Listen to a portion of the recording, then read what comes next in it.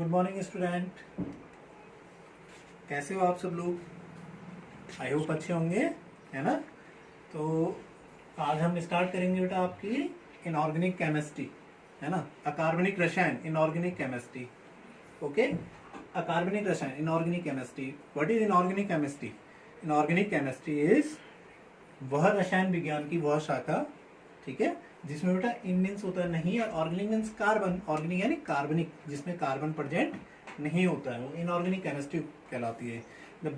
In which branch of chemistry, एक ऐसी branch है केमिस्ट्री की जिसमें कार्बनिक कंपाउंड नहीं होते हैं, जिनमें हम कार्बनिक कंपाउंड की स्टडी नहीं करते हैं, ठीक है। वैसे आप जनरली सभी जानते हो बेटा, सभी स्टूडेंट जानते हैं, chemistry divided must of 12th base two divided into 3 types, physical, inorganic and organic. Clear है ना। फिजिकल के चैप्टर जो हमारे होते हैं बेटे इंक्लूडिंग होते हैं आपके इनऑर्गेनिक में, ठीक है, इनऑर्गेनिक में ही इंक्लूडिंग होते हैं, ठीक है बेसिकली। तो फर्स्ट हम इनऑर्गेनिक का थोड़ा हम यूनिट सेकंड आज स्टार्ट करेंगे बेटा। Unit second is solution. The first is, अभी फर्स्ट थोड़ा सिलेबस में मैं बता देता हूँ, तो हमने आज सॉल्यूशन करना है। सॉल्यूशन विलियन चैप्टर हम पढ़ेंगे आगे, विलियन चैप्टर की स्टार्टिंग इंट्रोडक्शन पार्ट में आज आपको बताऊंगा, लेकिन उससे पहले थोड़ा सिलेबस को जान लेते हैं हम। सिलेबस ऑफ इनऑर्गेनिक केमिस्ट्री, ठीक है। तो सिलेबस क्या है बेटा इनऑर्गेनिक केमिस्ट्री, उसके कंटेंट में थोड़ा जल्दी से समझा देता हूँ। Starting the first content, first unit is unit first, ठीक है, solid state, solid state, solid state. The second is solution, second is solution. Clear. Now is the third electrochemistry, electrochemistry, electrochemistry. Okay. The fourth is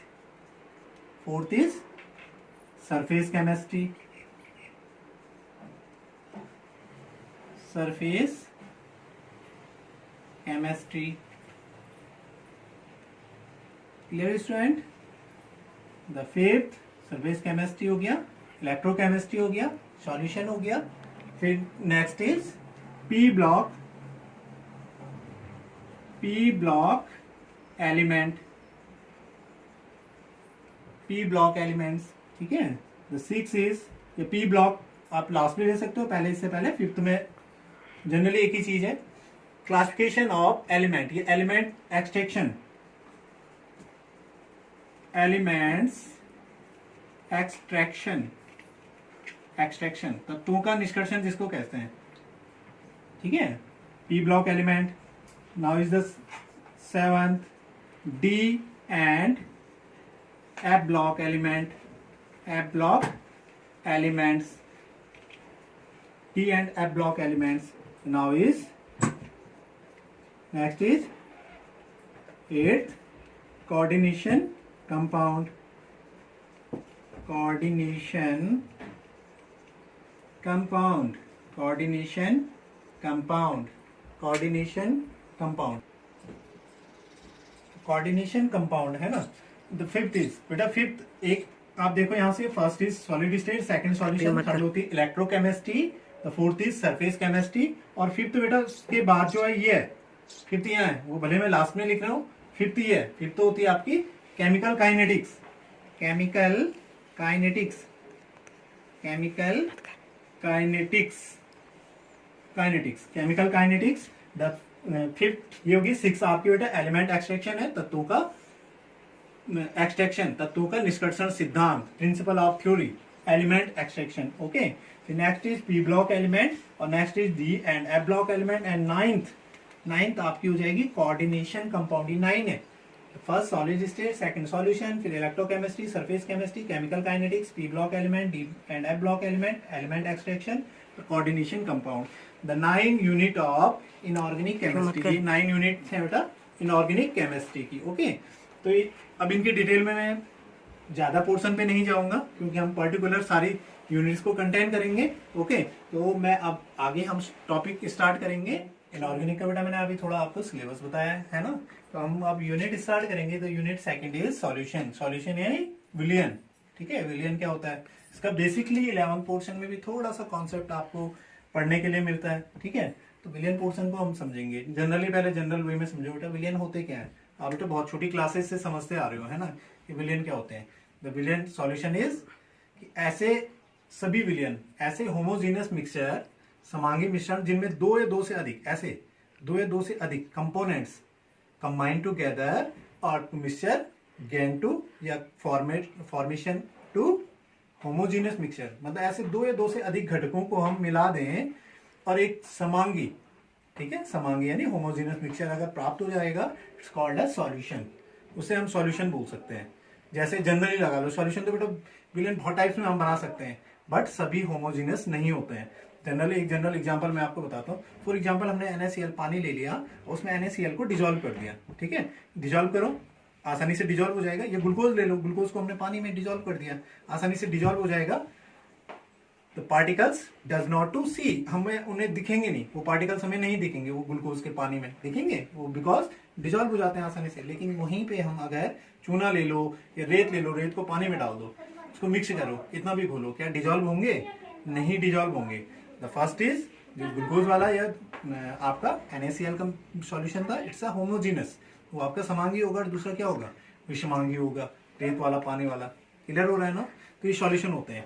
तो वही हम solution आगे पढ़ेंगे बेटा कि solution क्या होता है। तो what's the definition of solution? ठीक है, सॉल्यूशन क्या होगा कि दो या दो से अधिक, टू एंड मोर, ठीक है, दो या दो से अधिक घटक, कंपोनेंट्स क्या? कंपोनेंट्स हम बोल सकते हैं बेटा अवयव, ठीक है, दो या दो से अधिक घटकों का जो आपस में क्या ना करते हो, रिएक्ट ना करते हो, क्रिया ना करते हो, जो आपस में क्रिया ना करते हो, ऐसे घटकों का जो समांगी मिश्रण होगा, होमोजीनस मिश्रण होता है, ठीक है, मिक्सचर जो होगा, इट्स कॉल्ड अ सॉल्यूशन। वो आपका क्या कहलाता है? विलयन कहलाता है। दो या दो से अधिक क्रिया न करने वाले पदार्थों का या घटकों का या अवयवों का, इट्स अ कंपोनेंट। बेटा आप पदार्थ बोलो, घटक बोलो, कंपोनेंट बोलो, एक ही चीज है ना? तो इनका समांगी जो मिश्रण होता है वो आपका क्या कहलाता है? विलयन कहलाता है। It's clear?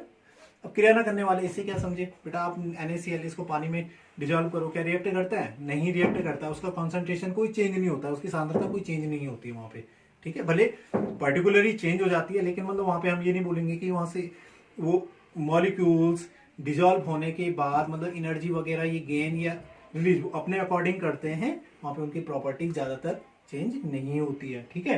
तो आपका होमोजेनियस, बिकॉज वो आसानी से डिजोल्व हो जाता है, ठीक है, तो वो आपका होमोजेनियस मिक्सचर बना देता है। वो आपका क्या कहलाएगा?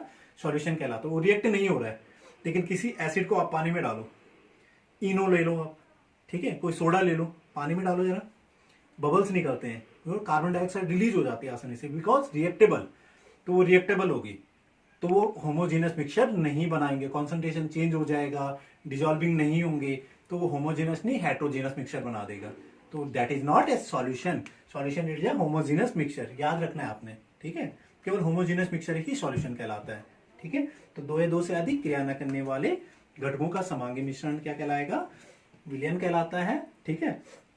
विलयन एक समांगी मिश्रण होता है, ठीक है, जिसमें कणों का आकार, जो पार्टिकल्स होते हैं बेटा, हम थोड़ा डायग्राम से मैं बता देता हूं आपको कि मान लो सॉल्यूशन, इसमें पार्टिकल्स जो होंगे बेटा, स्मॉलेस्ट पार्टिकल्स, बहुत छोटे छोटे जो पार्टिकल्स होंगे, जो कण होते हैं, ठीक है, इनमें विलयन में कणों का जो व्यास या आकार होता है, साइज बेटा, अति सूक्ष्म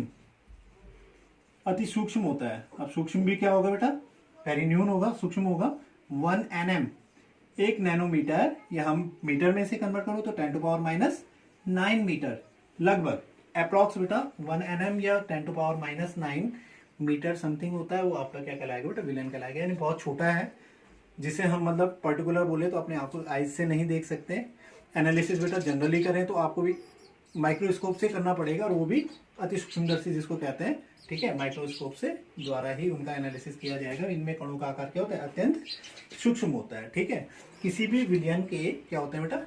2 कंपोनेंट्स ऑफ सॉल्यूशन, 2 कंपोनेंट, 2 घटक होते हैं।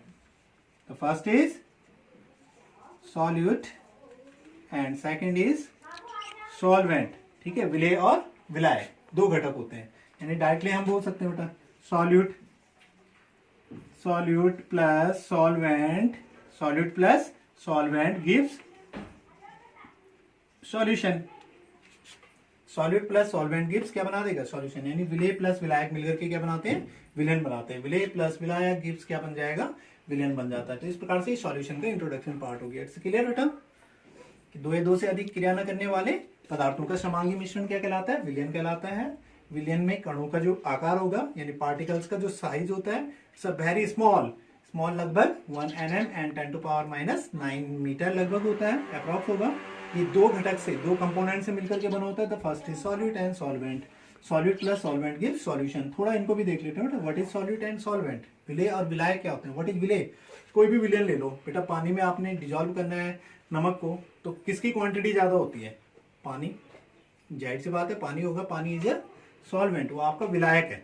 नमक क्या बेटा, विलेय हो गया, ठीक है। ये कॉपर सल्फेट को आप जल में डिजोल्व कर रहे हो, copper sulphate is a solute and water is a solvent.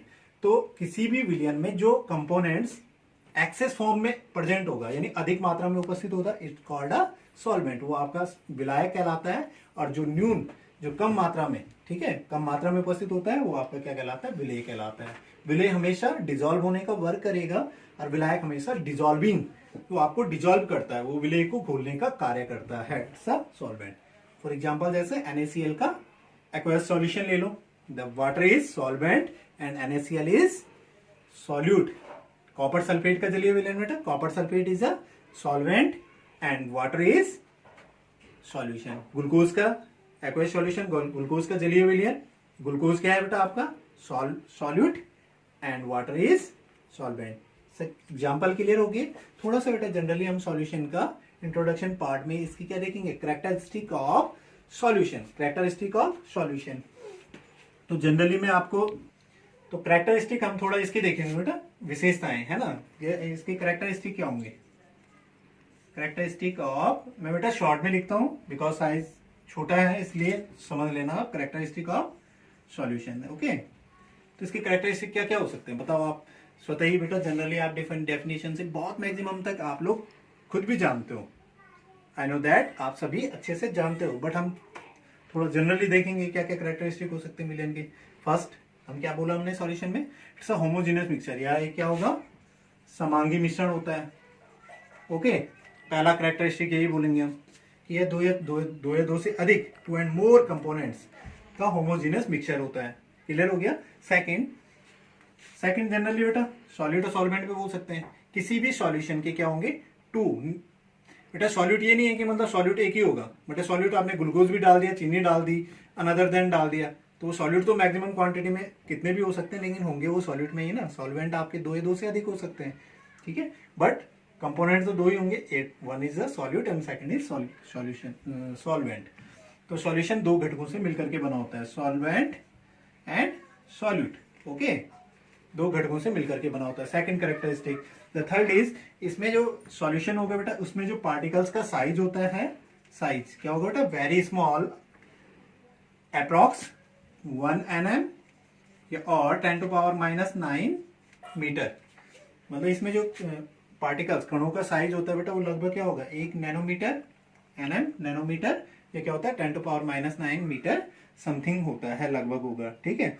इसलिए बेटा इसमें जब कणों का आकार बहुत छोटा होता है, जो पार्टिकल्स होंगे साइज बहुत छोटे होंगे, तो हमने बोला ना इन्हें हम आंखों से नहीं देख सकते हैं, सूक्ष्मदर्शी द्वारा देखना भी कठिन होता है, जो माइक्रोस्कोप होगा उससे भी बेटा डायरेक्टली एनालिसिस नहीं कर सकते हैं, है ना, देखना कठिन होगा। इसलिए इसे हम ट्रू सॉल्यूशन भी कहते हैं। Solution is a true solution, वास्तविक विलयन भी उसे बोल सकते हैं। कोई भी वास्तविक विलयन वही होगा बेटा जिसमें कणों का आकार बहुत छोटा होता है, हमें आसानी से दिखाई नहीं देता है, वो वास्तविक विलयन भी कहलाता है। आप डेफिनेशन बहुत छोटे से पढ़ते आ रहे हो आप, है ना, 9th से, ध्यान होगा आपको।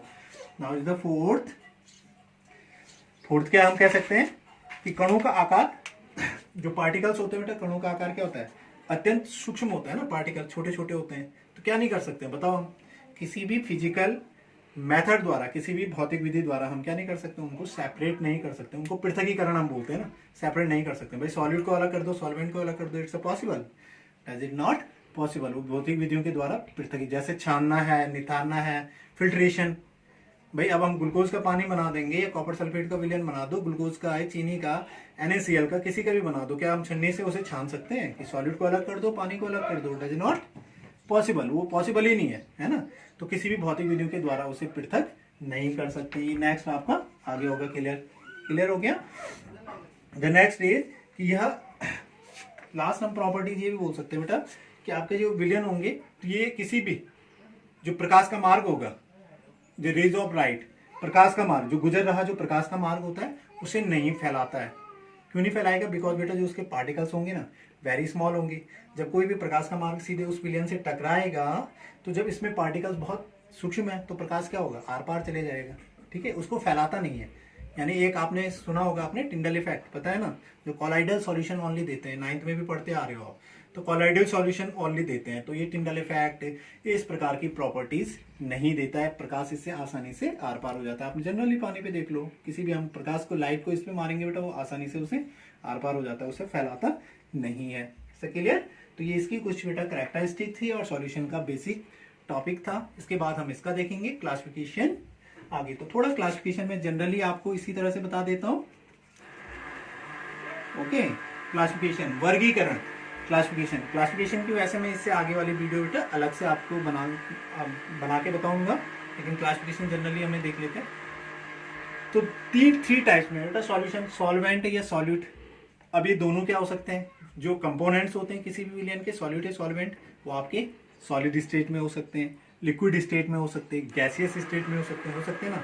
तो उन्हीं पार्टिकल्स के इसी पे यानी वो उनकी जो नेचर होगा, nature of solute and solvent, उन्हीं की प्रकृति के जो आधार पे हम बोल सकते हैं द सॉल्यूशन में be classified major category is 3 types. 3 types में उन्हें मेजर कैटेगरी में डिवाइड किया गया है। सॉल्यूट और सॉल्वेंट यानी विलय और विलायक की प्रकृति के आधार पे विलियन 3 प्रकार के होते हैं, गैसियस विलियन, ठोस विलियन और तीसरा बेटा द्रव विलियन। गैस विलियन, ठोस विलियन और द्रव विलियन। ठोस विलियन, गैस, द्रव विलियन और गैस विलियन, 3 टाइप्स में आपके ये विलियनों को डिवाइड किया गया है। क्लियर? और उनके अंदर हम टोटली देखें बेटा तो सॉल्वेंट बेटा जिसमें सॉलिड होगा इससे वो उन्हें कैटेगराइज किया गया सॉलिड विलियन में, और जिसमें सॉल्वेंट यदि विलायक क्या होगा? लिक्विड फॉर्म में होगा तो आपके सॉल्वेंट होंगे। और थर्ड इज जिसमें क्या होगा बेटा? गैस सॉल्वेंट होगा, वो आपके गैसियस में क्लासिफिकेशन होते हैं। तो इसलिए बेटा मेनली यानी सब डिवाइडेड इनटू 9 टाइप्स सॉल्यूशन। अगर हम ऐसे बोलें तो विलियन को 9 प्रकार से क्लासिफाइड किया गया है और मेजर कैटेगरी होते हैं बेटा इसकी 3 टाइप्स में। तो इसका क्लासिफिकेशन था। ओके, तो क्लासिफिकेशन में अलग से आपको डालूंगा। Okay, thank you.